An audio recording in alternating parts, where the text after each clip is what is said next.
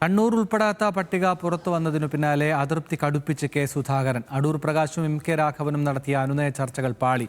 നാളെ സുധാകരൻ മാധ്യമങ്ങളെ കണ്ടേക്കും. വിവരങ്ങളുമായി ശരത് ലാലുണ്ട്. ശരത്ത്, എന്തൊക്കെ വിവരങ്ങൾ ഏറ്റവും ഒടുവിൽ നമുക്കിതുമായി ബന്ധപ്പെട്ട് ലഭിക്കും? നാളെ ഇത് സംബന്ധിച്ച ചർച്ചകളിൽ കേരള ഹൈക്കമാൻഡ് ഒരു കാരണത്തെ പോലും സുധാകരനെ ഒരാൾ ഇന്ന് പോയി കണ്ടത്. അത് രമേശ് ചെന്നിത്തലയാണ്. അദ്ദേഹം സ്വന്തം ഫ്ളാറ്റിൽ നിന്ന് 301 കോതാവരിയുള്ള സ്വന്തം ഔദ്യോഗിക ഫ്ളാറ്റിൽ നിന്ന് ഇന്ന് പുറത്തിറങ്ങുകയും ചെയ്തിട്ടില്ല.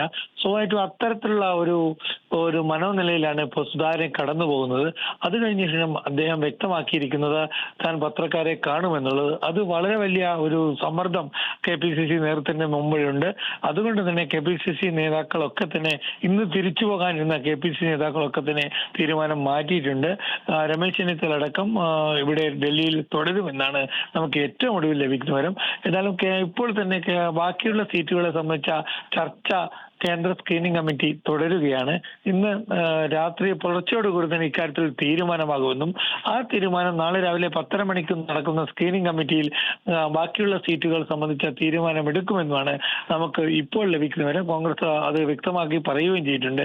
ഇതിൽ കെ സുധാകരന്റെയും അല്ലെങ്കിൽ അടൂർ പ്രകാശിന്റെയും ഒരു സമ്മർദ്ദം അത് എങ്ങനെ ഹൈക്കമാൻഡ് എങ്ങനെ അത് സമാധാനിപ്പിക്കും, അല്ലെ അത് എങ്ങനെ ടാക്കിൾ ചെയ്യും എന്നതാണ് ഇപ്പോൾ കോൺഗ്രസ് തമ്മിൽ ഏറ്റവും വലിയ വിഷയം. കെ സുധാകരൻ ഒരു കാര്യത്തിലും അടമ്പന്റെ ഒരു കാര്യത്തിലും വിട്ടുവീഴ്ചയില്ല നിലപാടിലേക്ക് തിരിച്ചു വന്നിരിക്കുന്നു. പത്രസമ്മേളനം വിളിക്കുമെന്ന് വ്യക്തമാക്കിയിരിക്കുന്നു. ആ പത്രസമ്മേളനം ഒഴിവാക്കാനുള്ള എല്ലാ നടപടികളും കോൺഗ്രസ് നേതൃത്വം ശ്രമിക്കുന്നുണ്ട് രാത്രിയിൽ പോലും. ഏതായാലും കെ സുധാകരൻ പറയുന്ന വ്യക്തിക്ക് കണ്ണൂർ സീറ്റ് നൽകാമെന്ന ഒരു ധാരണയിലേക്ക് കാര്യങ്ങൾ എത്തിയിട്ടുണ്ട്.